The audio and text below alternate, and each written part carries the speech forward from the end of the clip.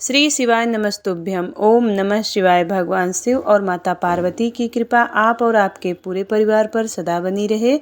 आज आप इस वीडियो में सुनेंगे शिव महापुराण कथा का 17वां अध्याय। तो भगवान शिव और माता पार्वती का ध्यान करते हुए इस पावन और परम कल्याणकारी कथा का श्रवण करते हैं। ब्रह्मा जी कहते हैं, हे नारद, तत्पश्चात हिमालय और मैना देवी भगवती और शिव के चिंतन में लीन रहने लगे।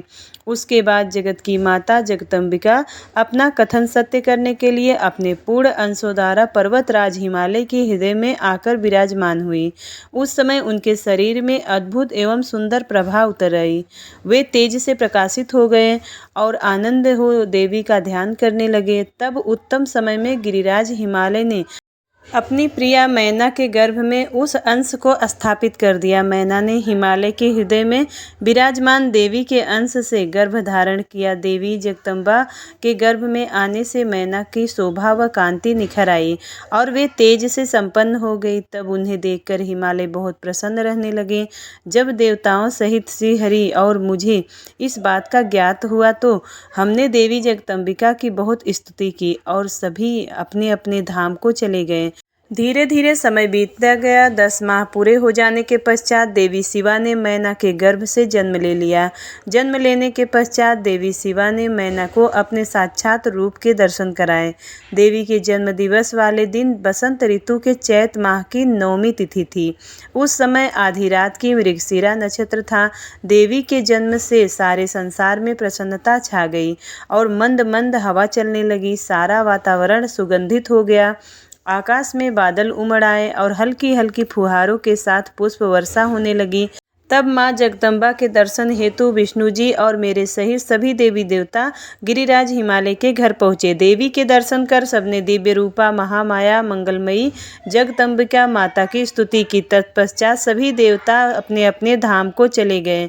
स्वयं माता जगदम्बा को पुत्री रूप में पाकर हिमालय और मैना धन्य हो गए।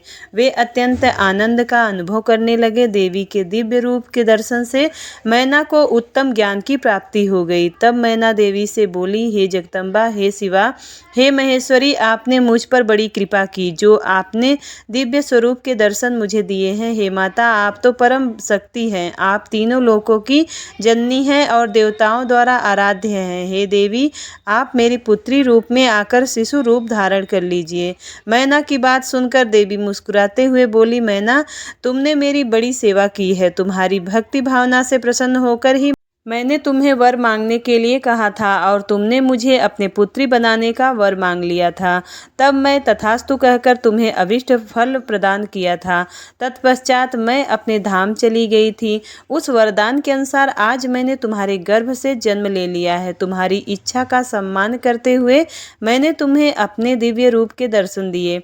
अब आप दोनों दंपति मुझे अपनी पुत्री मानकर मेरा लालन पालन करो और मुझसे स्नेह रखो। मैं पृथ्वी पर अद्भुत लीलाएं करूंगी और देवताओं के कार्यों को पूरा करूंगी। बड़ी होकर मैं भगवान शिव के पति रूप में प्राप्त कर उनकी पत्नी बनकर इस जगत का उद्धार करूंगी। ऐसा कहकर जगत माता देवी जगदम्बा चुप हो गई। तब देखते ही देखते देवी भगवती नन्हे शिशु के रूप में परिवर्तित हो गई। ब्रह्मा जी बोले, हे मुनि श्रेष्ठ नारद, मैना के सामने जब देवी जगदम्बिका ने शिशु रूप धारण किया तो वे सामान्य बच्चों की भांति रोने लगी। उनका रोना सुनकर सभी स्त्रियां और पुरुष जो उस समय वहां उपस्थित थे प्रसन्न हो गए। उस श्याम कांति वाली नील कमल के समान शोभित उस परम तेजस्वी सुंदर कन्या को देखकर गिरिराज हिमालय बहुत प्रसन्न हुए। तब शुभ मुहूर्त में हिमालय ने अपनी पुत्री का नाम रखने के बारे में सोचा। उस समय मैना और हिमालय बहुत प्रसन्न थे। तब देवी के गुणों और सुशीलता को देखकर उनका नाम पार्वती रखा गया। चंद्रमा की कला की तरह हिमालय पुत्री धीरे धीरे बड़ी होने लगी। उसके अंग प्रत्यंग चंद्रमा की कला एवं बिंब के समान अत्यंत शोभायमान होने लगे। गिरजा अपनी सहेलियों के साथ खेलती थी। पार्वती अपनी सखियों के साथ कभी गंगा की रेत से घर बनाती तो कभी कंदुक क्रीड़ा करती। खेलती खेलती वह बड़ी होने लगी। जब वे शिक्षा के योग्य हो गई तो आचार्यों ने उन्हें विभिन्न धर्मशास्त्रों का उपदेश देना प्रारंभ किया। उससे उन्हें अपने पूर्व जन्म की सभी बातें स्मरण हो आई। मुने, इस प्रकार मैंने शिवा की लीला का वर्णन तुमसे किया है। एक समय की बात है, तुम शिवलीला से प्रेरित होकर हिमालय के घर गए। हे नारद, तुम शिव तत्व के ज्ञाता हो और उनकी विभिन्न लीलाओं को समझते हो। तुम्हें आया हुआ देखकर हिमालय मैना ने तुम्हें प्रसन्नतापूर्वक नमस्कार किया तथा खूब आदर सत्कार किया। तत्पश्चात हिमालय ने अपनी पुत्री पार्वती को बुलाया और उससे तुम्हें चरणों में प्रणाम कराया। फिर स्वयं भी बार बार नमस्कार करने लगे और बोले, हे मुनियों में श्रेष्ठ नारद, हे ब्रह्मपुत्र नारद, आप परम ज्ञानी हैं। आप सदैव सबका उपकार करते हैं। आप भूत, भविष्य और वर्तमान जानते हैं। आप परोपकारी और दयालु हैं। कृपया मेरी कन्या का भाग्य बताएं और मुझे यह भी बताएं कि मेरी बेटी किसकी सौभाग्यवती पत्नी होगी। नारद, हिमालय के ऐसे प्रश्न सुनकर तुमने पार्वती का हाथ देखा और उसके मुखमंडल को देखकर कहना शुरू किया, हे गिरिराज और मैना, आपकी यह पुत्री चंद्रमा की कला की तरह शोभित हो रही है। यह समस्त शुभ लक्षणों से युक्त है। इसका भाग्य बड़ा प्रबल है। यह अपने पति के लिए सुखदायिनी होगी, साथ ही अपने माता पिता के यश और कीर्ति को बढ़ाएगी। यह परम साध्वी और संसार की स्त्रियों में सर्वश्रेष्ठ होगी। इसका पति योगी, नग्न, निर्गुण, काम वासना से रहित, माता पिताहीन, अभिमान से रहित, पवित्र एवं साधु वेशधारी होगा। इस बात को सुनकर मैना और हिमालय दोनों दुखी हो गए। पार्वती देवी सोचने लगी कि मुनि नारद की बात हमेशा सत्य होती है और जो लक्षण नारद जी ने बताए हैं वे सभी तो शिव जी में विद्यमान हैं। भगवान शिव को अपना भावी पति मानकर पार्वती मन ही मन हर्ष से खिल उठी और शिव जी के चरणों का चिंतन करने लगी। तब हिमालय बड़े दुखी स्वर से बोले कि हे नारद, अपनी पुत्री के भावी पति के विषय में जानकर मैं बहुत दुखी हूँ। आप कृपा कर मेरी पुत्री को बचाने का कोई मार्ग सुझाएं। गिरिराज हिमालय के ये वचन सुनकर, हे नारद, तुमने कहा गिरिराज, मेरी कही बात सर्वथा सच होती है, क्योंकि हाथ की रेखाएं ब्रह्मा जी द्वारा लिखी जाती है और कभी भी झूठ नहीं हो सकती। इस रेखा का फल तो अवश्य मिलेगा, किंतु ऐसा होने पर भी पार्वती सुखपूर्वक रहे। इस हेतु पार्वती का विवाह भगवान शिव से कर दें। भगवान शिव में ये सभी गुण हैं। महादेव जी में ये सब अशुभ लक्षण भी शुभ हो जाते हैं। इसलिए गिरिराज, तुम बिना विचार किए अपनी कन्या का विवाह भगवान शिव से कर दो। वे सबके ईश्वर हैं तथा निर्विकार, सामर्थ्यवान और अविनाशी है, किंतु ऐसा होना इतना सरल नहीं है। पार्वती शिव विवाह तभी संभव हो सकता है जब किसी तरह भगवान शिव प्रसन्न हो जाए। भगवान शिव शंकर को प्रसन्न करने और बस में करने का सबसे सरल और उत्तम साधन है यदि आपकी पुत्री भगवान शिव की अनन्य भक्ति भाव से तपस्या करे तो सब ठीक हो जाएगा। पार्वती भगवान शिव को पति रूप में प्राप्त करेगी। वे सदैव भगवान शिव के अनुसार ही कार्य करेगी, क्योंकि वे उत्तम व्रत का पालन करने वाली महासाध्वी है। वे अपने माता पिता को सुख को बढ़ाने वाली है। और गिरिराज हिमालय, भगवान शिव और शिवा का प्रेम तो अलौकिक है। ऐसा प्रेम न तो किसी का हुआ है और ना ही होगा। भगवान शिव इनके अलावा और किसी स्त्री को अपनी पत्नी नहीं बनाएंगे। हिमालय शिव शिवा को एकाकार होकर देवताओं की सिद्धि के लिए अनेक कार्य करते हैं। आपकी पुत्री को पत्नी रूप में प्राप्त करके ही भगवान अर्धनारीश्वर होंगे। आपकी पुत्री पार्वती भगवान शिव की तपस्या से उन्हें संतुष्ट कर उनकी अर्धांगिनी बन जाएंगी। मुनि नारद, तुम्हारे इन वचनों को सुनकर हिमालय बोले कि हे मुनि श्रेष्ठ नारद, भगवान शिव सभी प्रकार की इच्छाओं का त्याग करके अपने मन को संयम में रखकर नित्य तपस्या करते हैं। उनका ध्यान सदैव परब्रह्म में लगा रहता है। भला वे अपने मन को कैसे योग से हटाकर मोह माया के बंधनों में फंसने हेतु विवाह करेंगे। जो भगवान शिव अविनाशी, प्रकृति से परे, निर्गुण, निराकार और दीपक की लौ की तरह प्रकाशित हैं और सदैव परब्रह्म के प्रकाश पुंज को तलाशते हैं, वे कैसे मेरी पुत्री से विवाह करने पर राजी होंगे। मेरी जानकारी के अनुसार भगवान शिव ने बहुत पहले अपनी पत्नी सती के सामने यह प्रतिज्ञा की थी कि वे उनके अलावा किसी और को पत्नी रूप में कभी भी स्वीकार नहीं करेंगे। अब जब सती ने अपने शरीर को त्याग दिया है तो वे किसी और स्त्री को कैसे ग्रहण करेंगे। यह सुनकर आपने कहा, गिरिराज, आपको इसकी चिंता नहीं करनी चाहिए। तुम्हारी कन्या ही पूर्व जन्म में दक्ष की पुत्री सती थी और शिवजी की प्राण प्रिया थी। अपने पिता दक्ष द्वारा अपने पति का अनादर देखकर लज्जित होकर सती ने योगाग्नि में अपने को भस्म कर दिया था। अब वही देवी जगदम्बा जो पहले सती के रूप में अवतरित हुई थी, अब पार्वती के रूप में तुम्हारी पुत्री बनी है।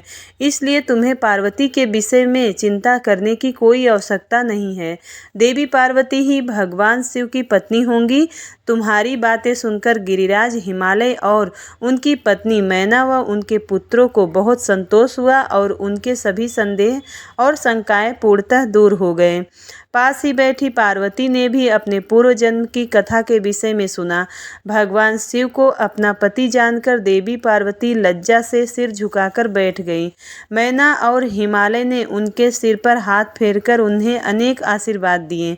तत्पश्चात पार्वती को तपस्या के विषय में बताकर नारद वहां से अंतर्ध्यान हो गए। आपके जाने के बाद मैना और हिमालय बहुत प्रसन्न हुए। ब्रह्मा जी बोले, हे नारद, तुम्हारे स्वर्गलोक जाने के पश्चात कुछ समय तक सब कुछ ऐसे ही चलता रहा। एक दिन मैना अपने पति हिमालय के पास गई और उन्हें प्रणाम कर उनसे कहने लगी, हे प्राणनाथ, उस दिन जब देवर्षि नारद हमारे यहाँ पधारे थे और पार्वती का हाथ देखकर उसके विषय में अनेक बातें बता गए थे, तब मैंने उनकी बातों पर ध्यान दिया था। अब पार्वती बड़ी हो रही है। मेरी आपसे विनम्र प्रार्थना है कि आप उसके विवाह के लिए सुयोग्य व सुंदर वर की खोज शुरू कर दें, जिसके साथ ही हमारी पुत्री पार्वती सुख से अपना जीवन व्यतीत कर सके। वह शुभ लक्षणों वाला तथा कुलीन होना चाहिए, क्योंकि मुझे अपनी पुत्री अपने प्राणों से भी अधिक प्यारी है। मैं सिर्फ पुत्री का सुख चाहती हूँ। यह कहकर मैना की आंखों में आंसू आ गए और वे अपने पति के चरणों में गिर पड़ी। तत्पश्चात हिमालय ने पत्नी मैना को प्रेम पूर्वक उठाया और उन्हें समझाने लगे। वे बोले, हे देवी, तुम व्यर्थ की चिंता त्याग दो। मुनि नारद की बात कभी झूठ नहीं हो सकती। यदि तुम पार्वती को सुखी देखना चाहती है तो भगवान शिव की तपस्या के लिए प्रेरित करो। यदि शिव जी प्रसन्न हो गए तो वे स्वयं ही पार्वती का प्राणी ग्रहण कर लेंगे। तब सब कुछ शुभ ही शुभ होगा। सभी अनिष्ट और अशुभ लक्षणों का नाश होगा। भगवान शंकर सदा मंगलकारी हैं। इसलिए तुम पार्वती को शिव जी की कृपा दृष्टि प्राप्त करने के लिए तपस्या करने की शिक्षा दो। हिमालय की बात सुनकर मैना प्रसन्नता पूर्वक अपनी पुत्री पार्वती को तपस्या के लिए कहने उनके पास चली गई। ब्रह्मा जी बोले, हे मुनि श्रेष्ठ नारद, जब मैना पार्वती के पास पहुंची तो उन्हें देखकर सोचने लगी कि मेरी पुत्री तो कोमल और नाजुक है। यह सदैव राजसी ठाट बाट में रही है। दुख और कष्टों को सहना तो दूर की बात है, इनके बारे में भी यह सर्वथा अनजान है।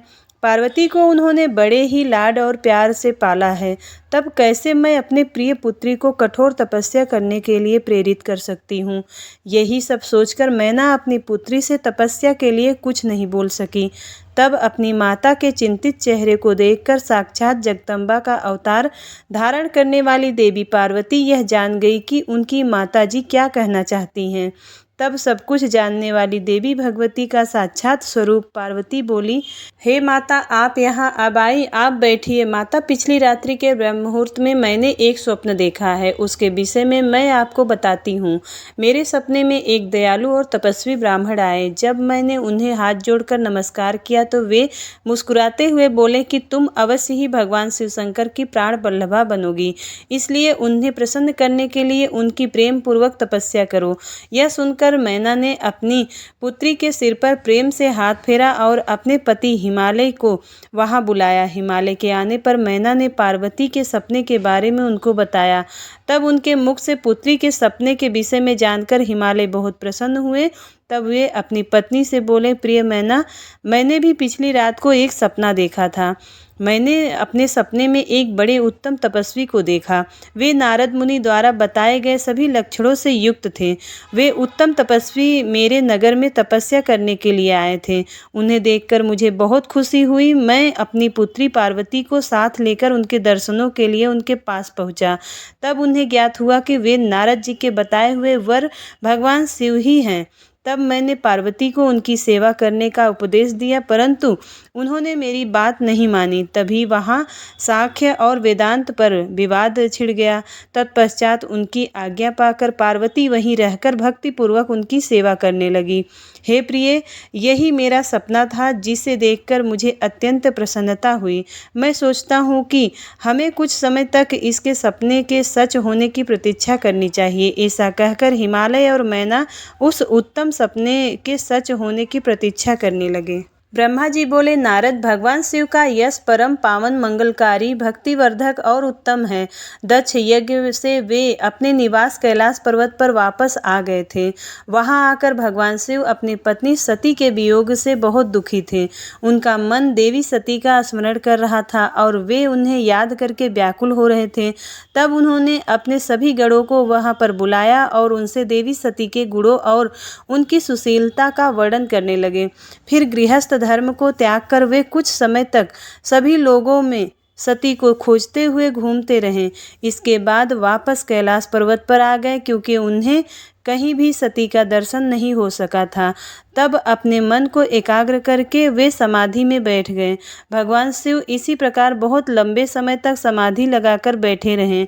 असंख्य वर्ष बीत गए। समाधि के परिश्रम के कारण उनके मस्तक से पसीने की बूंद पृथ्वी पर गिरी और वह बूंद एक शिशु में परिवर्तित हो गई।